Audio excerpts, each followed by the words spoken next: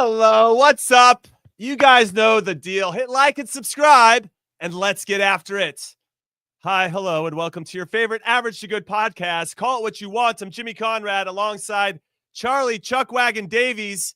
And yes, if you're watching this live on the Golasso America YouTube channel, Charlie is a little bit late. We appreciate you sticking around with us. We got a great show. Chuck. Throw me under the bus, why don't you? What a great teammate.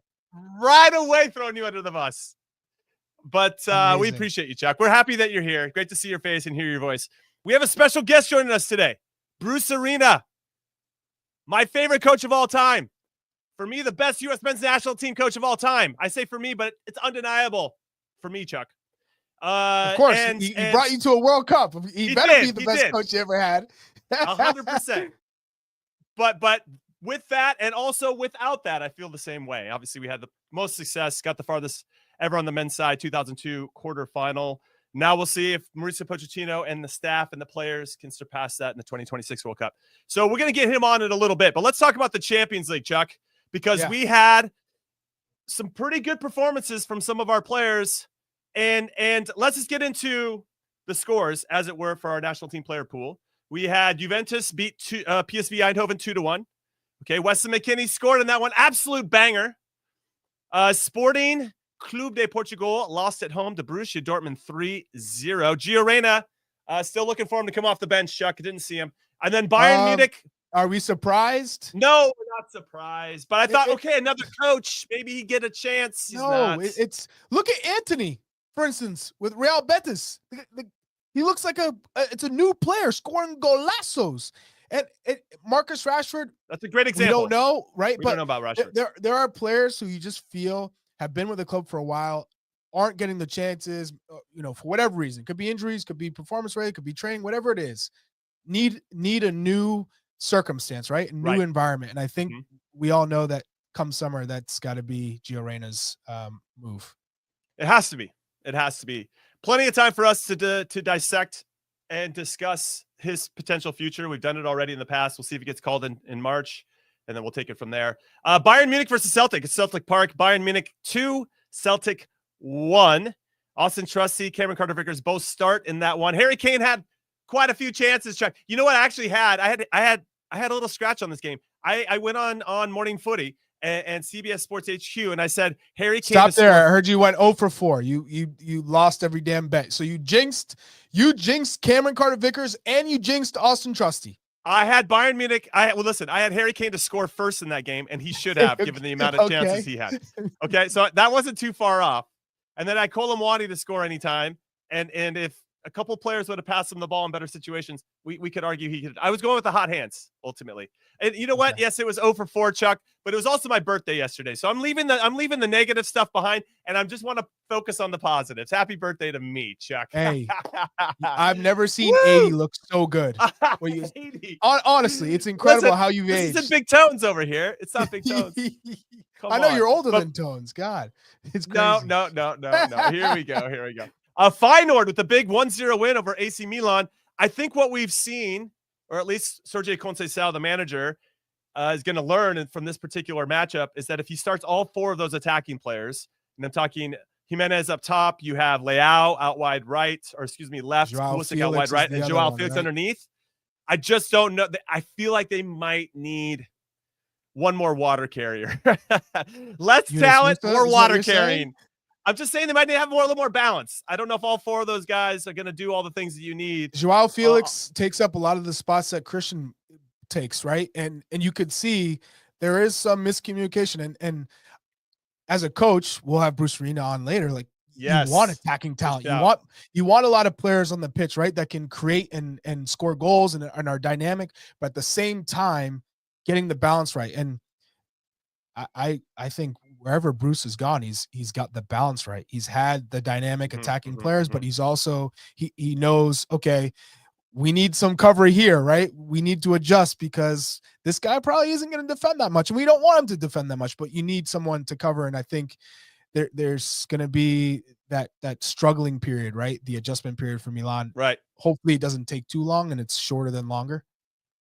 Yeah, and you brought up Bruce. Bruce has brought in some new players to the Quakes as well, so I'm sure he's working through some of that new manager. Okay, here's what I've got. This is what I've got to work with, and how can I get the best out of these players, and both individually and collectively, right? So very curious to hear more from Bruce a little bit later.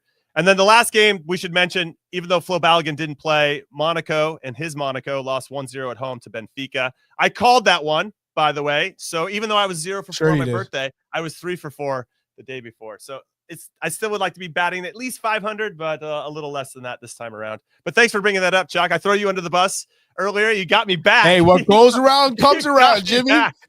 Hey. You absolutely got me back. All right. So let's talk about Weston McKennie and Tim Weah in the game against PSV. This is leg 1 of the playoff phase of the Champions League. So they still have to go to Eindhoven and get a result. Now, it can be a draw, of course. That'll see them through to the round of 16. But I thought both players were excellent. Not only with Weston scoring a peach of a goal, but I thought Tim's ambition when he got the ball to go, he was always looking to go forward. Sometimes he'd go down the line and try to combine with somebody that drifted out there, or he would take the ball inside and look to combine. I was really impressed with both of these guys' performances, and Weston got rewarded with a very good goal, maybe the best goal he scored in the Champions League, and he scored quite a few when you start to stack them up. Here's a quote, though. I want to get this to Thiago Motta, the manager of Juve. He said this about Weston. Weston plays everywhere, and he has to be on the field. It's hard for me to leave him out. Maybe not as a goalkeeper, but in every other position. It's difficult to put him on the bench. That's what being a top-level player means. Can we rewind 7 months ago when Thiago Motta said he's got no place for Weston McKennie and his team? What? Hey, that is coaches can change their stance too, right? Wow. How many times have we played with players who don't want to, stay with the club, or they want to go in a different direction, and then they change their mind? I think the same can happen as a coach. It could come down to an injury, could come down to a suspension. You award that player a chance because he got no one else, and then that player surprises you. And I think it's evident. Weston McKennie grows on every coach he's with, and it's because of his ability to play every position, understand tactics. His IQ is high, and he's a phenomenal athlete. Gritty, right? Tenacious. Yeah, right. Set pieces. He gets on the box to box. He just never stops running, and I'm proud of how far he's come as a man, right? Not just as a player, off the pitch, and as a teammate, and just continuing to stay consistent and grinding out a tough situation. So fantastic from Weston McKennie. That's the type of role model you want, playing in the U.S. men's national team. I should also mention that Weston was playing the attacking mid spot because the guy's been playing all over the place. So I should mention in the 10, he's been floating around in this particular game against PSV, and Tim Weah was playing right back in a back 4. And I loved his, he had made some mistakes, or maybe could have done a little bit better in a previous game at the right back spot. But in this one, I thought he was really sharp on both sides of the ball. And he had to man mark Noah Lang for PSV, who can run at you and loves to run at you. And that's when you're going to be going up against a player that wants to take you on every single time to get the ball, you get a little worn down. And he was up for the challenge. I thought Tim was great. And I know Weston will get more of the shine because he had a great goal. But let's talk about Weston's positioning, because we have a crazy stat that we found of all the different positions that he has played this season under Thiago Motta. And it's up on the screen right now. So for those that can't see it and you're listening, I'm just going to read it. Okay, this is all competitions. He's played 10 times as a defensive midfielder, 4 as a right midfielder, 4 as a right back, 1 as a left midfielder, 6 as an attacking midfielder, 1 as a left winger, 1 as the out-and-out forward, and 7 as a left back. That's damn. That's pretty much every position. Center back was the only spot, but he's been on either side of the back. I think you're forgetting you're forgetting a caveat as well. What's that? This is freaking Juventus. Juventus. Yeah, that too. This is Juventus that he's playing at. This isn't, a Sunday league squad. This isn't like a B team or, a lower league squad. This is Juventus that Weston McKennie is playing, and where the manager, Thiago Motta, who's played at the highest level, says he needs to be on the pitch, that he's incredible, that he's absolutely changed his mind, and he's Juve's top player. That tells you something, right? So phenomenal. And I'd also be curious to know what Bruce would do with a player like Weston, and how when you have someone who's so versatile, like how do you get the most out of them, and what position he thinks Weston is best suited for? Okay, so we're seeing something I think develop more consistently with both Weston McKennie and Christian Pulisic. It's this clutch ability. They both seem like they want more responsibility. They're accepting more responsibility, and then they're going out and executing at that high level consistently. Okay, maybe you saw flashes of it before, but to take that on and be like, oh, yeah, I'm ready to be the guy game in and game out, that's a different gravy, right? So when I look at Weston's stats throughout the Champions League, 32 appearances all time, 7 goals, 1 assist. Now, this is his 3rd goal in 8 Champions League appearances this season alone. Now, all 3 goals have come at home. We'll see if he can do it away from home on a cold, rainy night in Stoke or whatever the phrase is. But there's something about his clutch ability that I appreciate. And we're going to need that for the national team, especially in this World Cup in 2026. Who do you think? Here's a question for everybody. This is for everybody listening. Hit us up at Golasso America. Give us your answer in the chat right now. Chuck, I want your answer here. Who is the most clutch player currently on the U.S. men's national team? The Christian? I'll say Christian. I'll say Okay. Christian. And I go back to the first iteration of Nations League, right? And the PK to put them up 3-2. I mean, that was epic with the pressure. The man in the mirror, right? That moment, the scoring the goal against Iran, putting his body on the line. It's like he was like a sacrificial lamb in that point at that case, because if he was to score, his complete body was unprotected and exposed, and probably it's probably going to result in a serious injury, which it did. So shout out to Weston McKennie as well. Should be in the conversation. Weston should be in the conversation, but I agree that Christian's probably our most clutch. Yes, but it's definitely changed. Okay, so let's keep it in the Champions League theme. Now, who is your all-time top 5 Champions League goals that have been scored by Americans, Chuck? Because as the years go by, we get more and more Americans scoring some big-time goals, and I'm kind of curious who your top 5 is at this particular moment. Are you going to lead us like 1 through 5? Are you going top first? Are you going to go from 5 to 1? Or are you just giving us 5 to talk about? I'll go 5 to 1. 5 1 to 1. 5. Sorry, 1 to 5. Okay. All right. So number 1, without a doubt for me, it's Christian's goal against Real Madrid in the Champions League. Okay, so this is number 1. This is the semifinal 2020-21 season. Okay. Now we're watching it on screen right now, where he so much composure in the box, by the way. We're talking Courtois. We're talking, this is Marcelo. This is a top Real Madrid side. The composure, the run, the first touch, and then the composure to take on the whole damn back line, right? So yeah, you had everybody. This is just class, and in that moment, in such a massive moment, to get to a Champions League final, that for me, it's got to go number 1. Okay, so that's number 1. All right, that's number 2. Shout. I like that. In terms of just quality, Malik Tillman, that strike this Champions League. I mean, he absolutely Shakhtar Donetsk. Look at this. Ooh, absolute laser.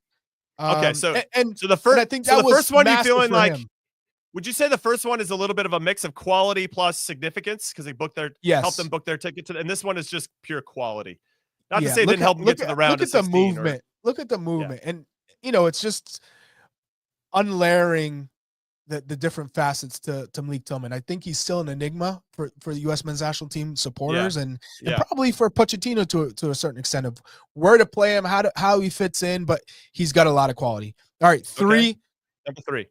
Weston McKennie, the scissors against Barca. Ooh, this is a good choice. League. Look, baby. Kind of like his first big goal for the club, right? Yeah, and this is away in Barcelona, against Barcelona. For me, it's massive. I love this. Fantastic goal. Cuadrado. Scissor pens it around Jordi Alba. Look at this. Over at the top, and it's class. Nice. So that's number 3. Number 4. Now this is, I think Bruce would like this one. This is like sentimental. DeMarcus Beasley against Rosenberg. It's his first Champions League goal. Look at the class. The timing of his run. Run. The touch. Shout out to DeMarcus Beasley, like one of the OGs. I love these. One of the most underrated U.S. men's national team players of all time. He was a role model for me and so many others in my generation. Look at Philip Cocu, the legend. Hey, what a ball by Cocu, by the way. Like, come on. It has that it ball, all. That ball that they're using, that Nike ball they're using, I miss that. I miss that Nike ball. That thing used to fly. Yeah. Also, the ball. Woo. All right, and number five, Tyler Adams against Atletico Madrid, knockout round. Another in Madrid. One. Yes, Leipzig taking on Atletico Madrid, and he gets this massive goal. Look, Nagelsmann is his coach. Is it like what? Look, top of the box. He's getting forward. This is where we need to see Tyler Adams continue to evolve, because we know how good he is at closing down, breaking up plays, winning second balls. It was in Leipzig. Yeah. Home. It's a home game, yeah. It's a home game. Is it because he got deflected? Does that take anything away, or just this is more of a significance goal? And plus, Tyler Adams scoring a goal should be a crowning achievement. Yeah, just getting forward and scoring a goal against Atletico Madrid in the knockout phase, like top. Okay, I got two. One that I think is legit, should be in the top five, and that's the recent goal for Juventus where Tim Weah assisted Weston McKennie against Manchester City. Like that should be in the top. I think that's recency bias, and it's an American. Yes, that is not better. Exactly. Yeah, but that's never happened before. Goal. An American to an American. It's the same goal though. Chuck, it's the same. I know it's not Cuadrado, but I know he got a second chance at that cross. But come on, it's an American to an American, Chuck. Yeah, I like it. I'm not arguing against it. I see the quality in it, so I'm with you. All right, because I was about to lose my head. And then my last one is Sasha Kleshchen's goal for Anderlecht, because I've never seen Sasha Kleshchen run this fast before. Look at him go, Chuck. Look at him go. He's getting there. Sausage.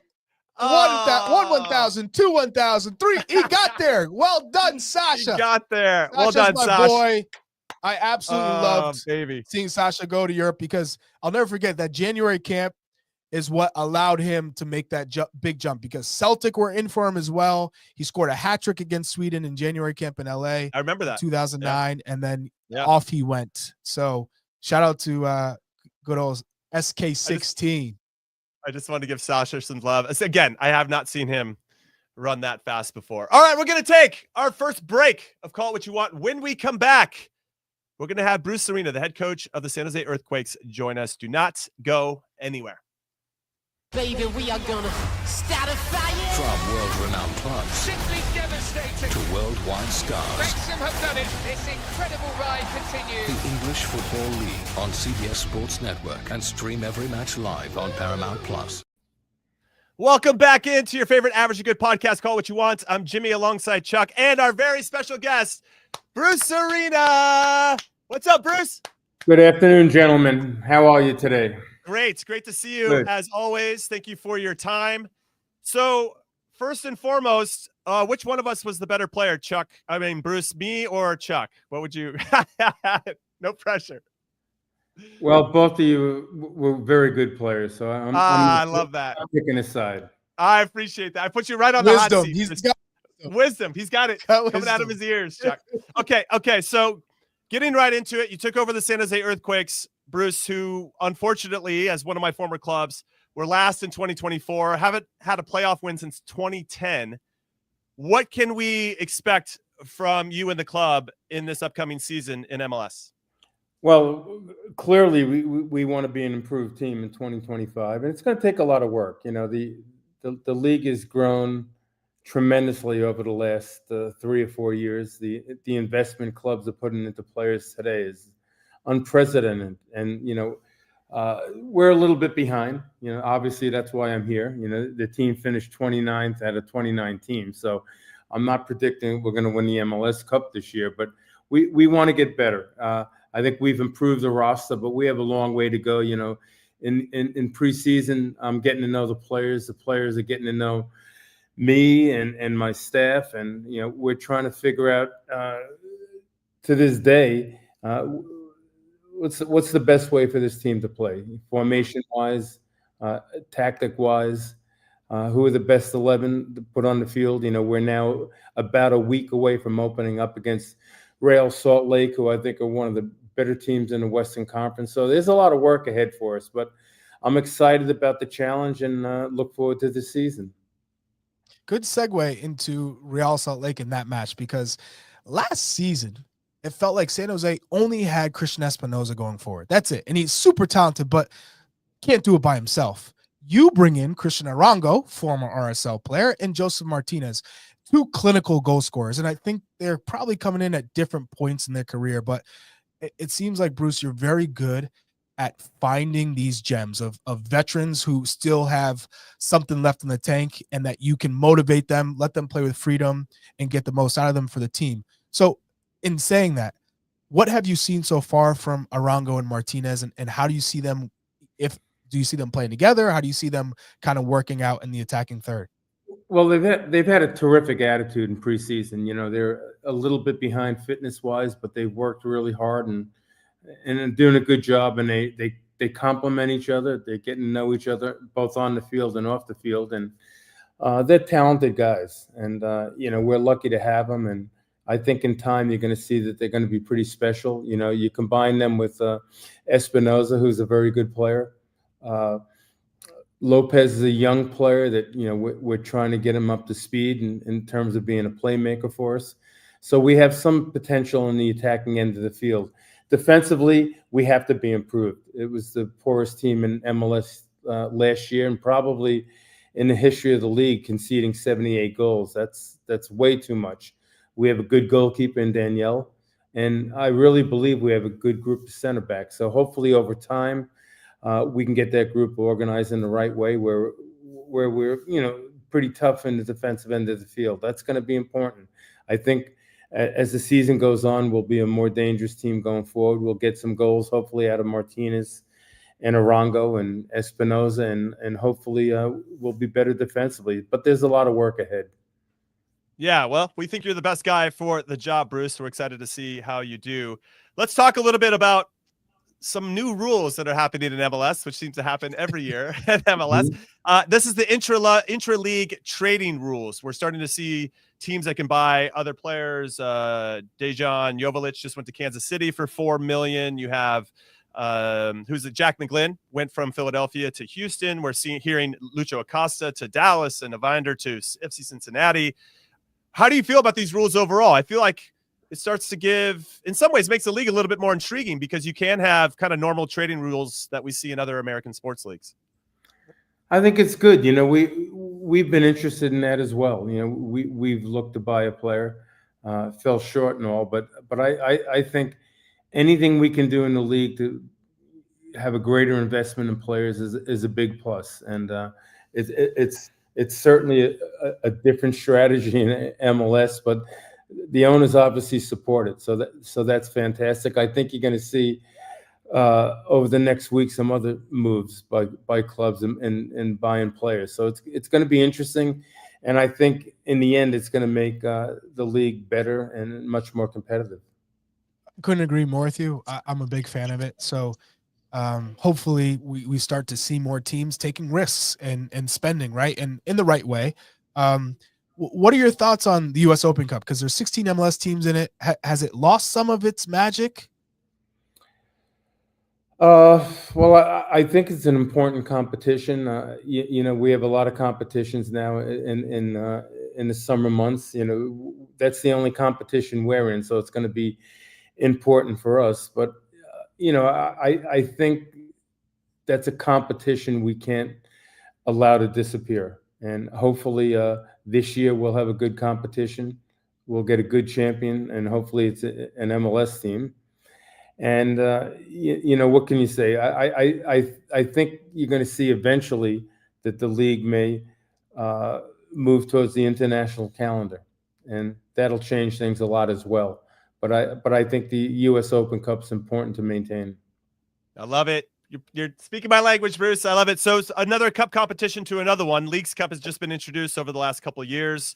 San Jose is not entering it into 2025. Was that due to schedule congestion, or maybe now with the new rules, you have to be the top 18, right? One of the top 18. Yeah, and it has to do likely with congested schedule because you can't fit all of these dates and games in for 30 MLS clubs. So they had to make a cutoff at some point and have an agreement, obviously, with the Mexican League. And, at the end of the day, fair enough. I can't complain about it.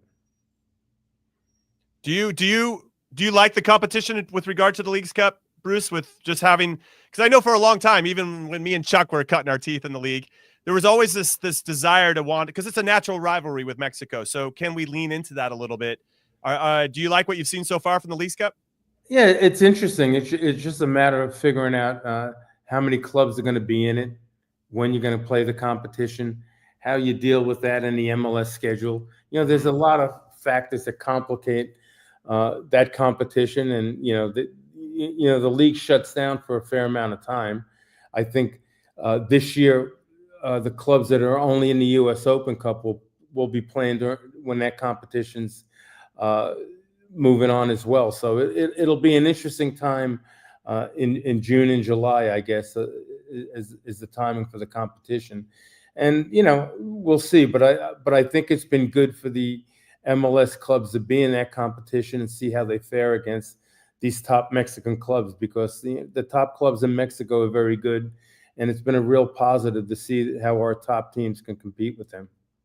Bruce, there was a great moment during the January camp broadcast where it was a shot of you and Greg Berhalter, two former U.S. men's national team coaches, sitting together, chatting, watching the current U.S. men's national team.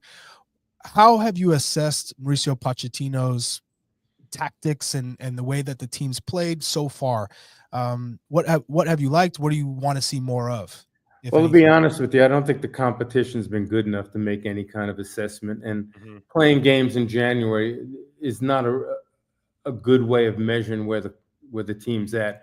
I think you'll obviously see more this year, and hopefully in 2026, the lead up to the World Cup should be a schedule against top flight teams.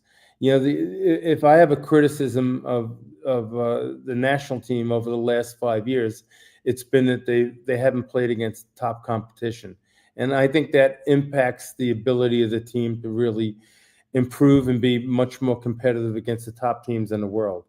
But having said that, I think playing at home is going to be a huge advantage. And I'm sure by the time the World Cup begins, the U.S. team will be prepared to get out of group play, perhaps get to the quarterfinals and really challenge to see if they, our dream always is, can we get to the semifinals of a World Cup? And once you're there, it's anybody's game. So it'll be interesting to see, but it's certainly too early to make a judgment, not only on the coach, but the team as well. But there's a lot of talented players. These players that are playing in Europe are having really good seasons. I think there's some quality players in MLS. So hopefully the coach can mix and match the right way. And by the time the World Cup comes around, we're going to be a very competitive team. I know January camp is tough to assess with the quality, but was there any U.S. players that were given a chance that you were like, oh, they did pretty well, or I didn't know they had this level in them? To be honest with you, I just don't think the competition's good enough in those games to make a real judgment. I'm just trying to be fair about it. I've been in that situation before, and you cannot use that as a measuring stick in terms of are those players that are going to help us beat Argentina or Brazil? It's a lose-lose. It's one of those tough positions. Difficult to make. If you do well, it doesn't matter. If you do bad, you're out. Yep, exactly. Now, Bruce, I remember in the lead up to the 2006 World Cup, I remember you being frustrated that we didn't have stiffer competition going into that tournament. And one of our last send-off games was against Latvia. And even though we could still derive some type of information about the best collection of guys or what we're trying to do, what we're trying to accomplish, no matter who the opponent is, I remember you being frustrated. So I can still feel that. Yeah, the competition leading up to that was lousy. The 3 games we played here in the U.S. Yeah. If I had to do it again, I would have just placed the team in Europe and played some of the European teams. Yeah, that's interesting. No, and I appreciate that insight. Now with the World Cup here, and obviously you were around for 94 and took charge ahead of 2002. What can the sport, and maybe MLS, if you want to just focus on MLS, what can we do, or how can we galvanize growing this sport in this country? This is a huge moment to really kind of put the sport on steroids ultimately, right? Hit the gas pedal, whatever the metaphor is there. Well, we just got out of a Super Bowl, which everyone in the world gets excited about. But I think the World Cup in our sport is the absolute competition in the world. And this time around, when you compare to '94, we're much prepared for a World Cup in terms of the quality of our team, where the sport is today in this country. It's in a much better shape than it was obviously in '94. And we're going to host a great competition because we're going to have real stadiums and real fields. Everything's going to be top flight. That's something we didn't have in '94, and there was a criticism for that.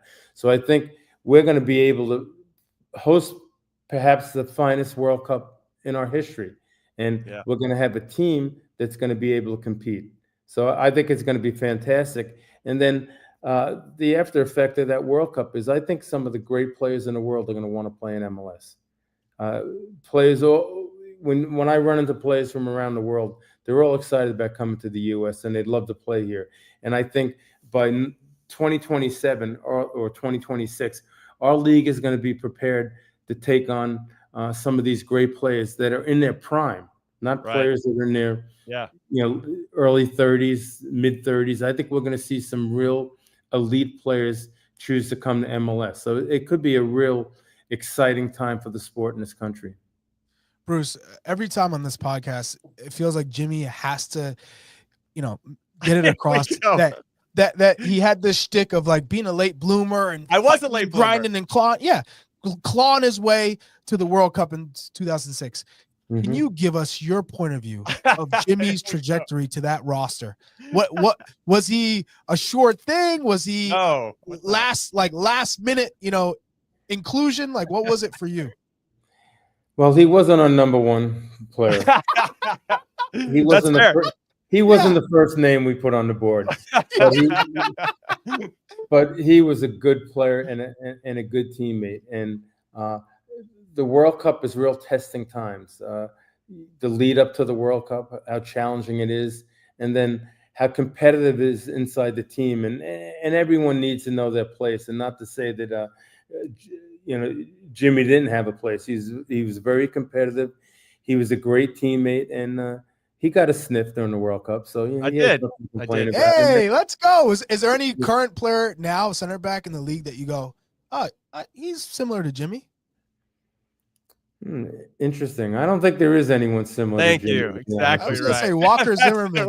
Good old Walker Zimmerman. I'm not sure there's any Charlie Davies around either. So there we go. You guys, every player is unique. I really believe that, and it's really important to pick the right players to make your team work. And I think Jimmy was one of the guys that we felt could add something to our roster, and he did. So I'm proud of how Jimmy contributed to that team, and hopefully he has continued success in his career, not only as a broadcaster, but I know that he's has an interest in coaching as well. I do. Thank you, Bruce. I appreciate it. Thank you for the nice words. The first thing you should work on is coaching Charlie. If you can do that, you can coach anybody. I love that. I'm taking that with me. So we asked, or Charlie's asking, who's comparable to me or himself. Is there any Bruce Arenas out there? Any future Bruce Arenas? Anybody that you see has there are a lot of good coaches in our league, and the American coaches. If you look, you mentioned Greg Berhalter. Greg's a very good coach. Steve Cherundolo is doing a great job with LAFC. Greg Vanny at the Galaxy.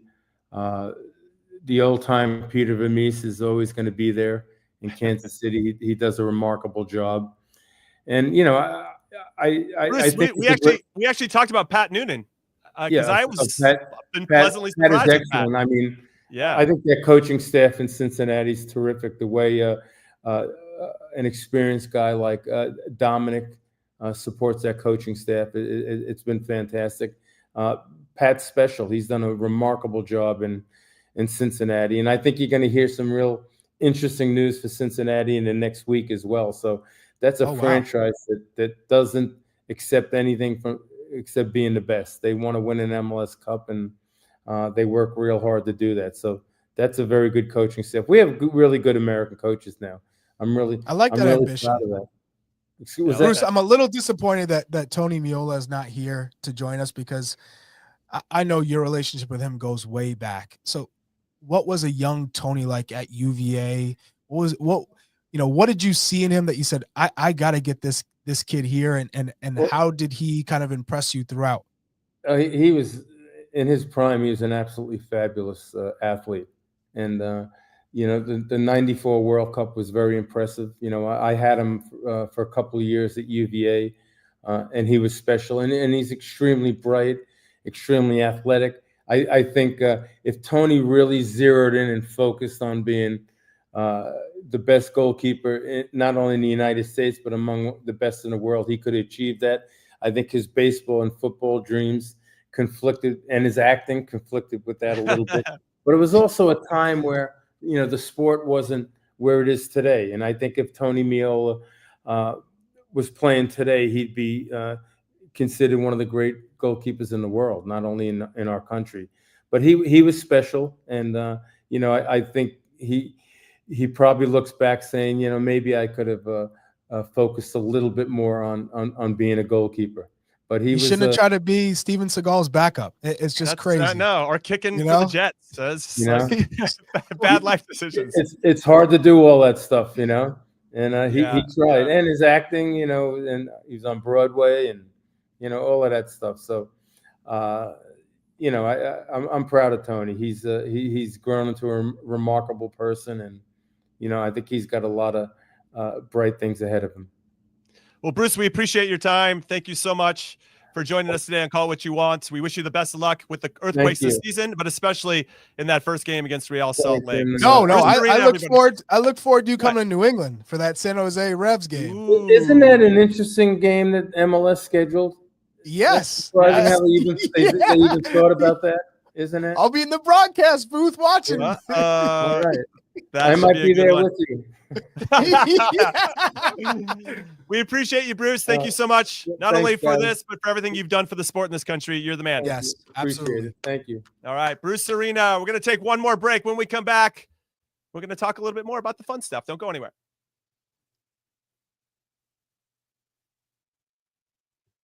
Break. The clock never stops. Break. Relive Commercial. the greatest moments. I need a simple walker. Let's go. Wonderful goal. On the UEFA Champions League channel. Streaming free. All right, welcome back in to Call What You Want. We're going to have a real short C block here because I've got some birthday plans with my family, Chuck. That's what's happening, and we're going to go get some. I've been up since 2:30 a.m., so I'm cool with that. Cool. Yeah, so it's been a long day for your boy. I wanted to give a shout out to Bruce once again. We know he's busy. He's in the thick of it to trying to rebuild the San Jose Earthquakes, and we both know that it's going to happen, but it's going to take some time, I think, for him to really get his fingerprints on every facet of the team and the club, and but I'm excited to see him turn it around. Now, any thoughts on that interview, Chuck? Before I thought it was epic. Everybody? What a great interview. Awesome. Honestly, I appreciate his ability to, kind of, put some humor in it, right? It's not robotic. The sarcasm is phenomenal. I appreciate He's the best. How he comes across, and I wanted to give you your flowers, right? I wanted him to say, thank you for doing that, because obviously I know what a teammate you were, right? U.S. men's national team. I'm a young guy, kind of coming onto the scene, and you were always like the veteran that kind of like wanted to keep everybody going in the same direction, and you always had good insight. You also kept it light. You knew what it was about, right? I wanted Bruce to kind of give you your flowers if he hadn't already told you, So that was cool to hear him say that. No, I'm glad thank you so much for doing that. That's a very nice birthday gift you've given me, Chuck. I meant to mention that he wrote me a handwritten note after the World Cup, and I won't get into all the things that he said, but just ultimately that he was proud of me and that he did what he selected me to do. You know what I mean? Like he had faith that I was going to come through and follow through for him, and that I did in spades. And that meant a lot to me. I have that note, and that's something that nobody can ever take away from you. It's a personal thing, right? I should probably frame that note it. on that back wall. No. You should. I have you, it not. You should. I should frame it. I should frame it. You should Yeah. frame it 100%. It means a lot, and obviously is a sign of how much hard work that went into being able to get that type of feedback from our national team coach. So, Roger Podacter at its core. Roger, Like, you know? that's right. Okay, one last thing before we go. I don't even actually know if I can say this or not, but I got the Quakes New Jersey, Chuck. Hey, yeah, could you fold my way a large? It's called I'll try to get you one. It's called the Headliner Kit, and it's a tribute to the rich history of punk music in the Bay Area, baby. Let's emo. go. Is that like emo music? No, it's not punk rock. Okay, and emo fine. are not Green the Day? same. Is that Green No. Day? Yeah, like Green Day. You have Rancid. Like Smash Mouth? Listen, it has show flyer. No, not Smash Mouth. Show flyers, news clippings, even I lyrics. don't know. What's The punk club's anthem, music? Never Say Die. And Never Say Die, the club's anthem, was written by punk legend Lars Fredriksson by Rancid. You know how big Savage Garden? Savage Garden. What are we? Can people in the chat and listening educate Chuck on what punk music? We're talking Minor Threat. I'm just thinking throwback. What are we talking like? So I'm a huge Minor Threat fan. That's you have No Effects, you have Rancid, you have Green Day, early Rancid and Green Day too. Excellent. Who? What? Corn? Corn is not punk. That's Okay. not. That's I'm hard sorry, rock. everybody in the chat. If y'all are punk music, like hardcore, I am sorry. I have no idea. Chuck, I don't know nothing about So- punk. Oh, Sum 41. Sum 41 so they fall into it, but they're a little bit more poppy punk, as it were. is Red Hot Chili Peppers. No, I No. wouldn't put Chili Peppers in there. I mean, they have some punk sounds, but I wouldn't categorize them as straight. But some of their songs are punk. Listen, this is the Headliner Kit from the Quakes. It is awesome, and they put my old number and name on the back. Let's go, baby! Wow! Ooh, I just right. want to give a shout out. Listen, it hasn't even dropped yet. It hasn't it even is a been nice- out there yet. it's a The nice Quakes kit. are going to be upset at me, but I'm gonna doing throw it this anyway. out there. Since we are on the topic of new nice kits, the Revs new kit, the green. Have you seen it? And they have the new sponsor, Gillette. Yeah, it looks clean. That is It's clean. clean. It's pretty clean. Hey, let's give the Revs Yeah. some credit there. I'll By give the Revs way, credit. Revs versus San Jose Earthquakes. Punk rock. Punk rock, baby. Let's The go. Bruce Arena Derby is happening. All right, that's it. We're calling it a show. Thank you so much for hanging out. All right. Let's call it what you want. Thank you to the Quakes for letting you Bruce Arena to come the on chat. for this jersey. And it's been a lot of fun. So This was we will see you- a fire episode. this Tony's was gonna a be fire salty. episode. He missed this one. He is This gonna was- be. This was a good one. He's going to be a little bit jealous. I'm going to be in New York. next week. Perote. I'll be in studio. We're going to be in studio together, Chuck. It's going to be awesome. But yes, we'll come back and join us on Monday. That'll be 1 p.m. Eastern, 10 a.m. Pacific. What? I don't And- know punk bands. I'm trying. I gotta learn. And yes, next time we have a show, be ready with your list for proper punk bands for one Charlie Davies. All right, see you guys later. Please. Peace out. Peace. Great show.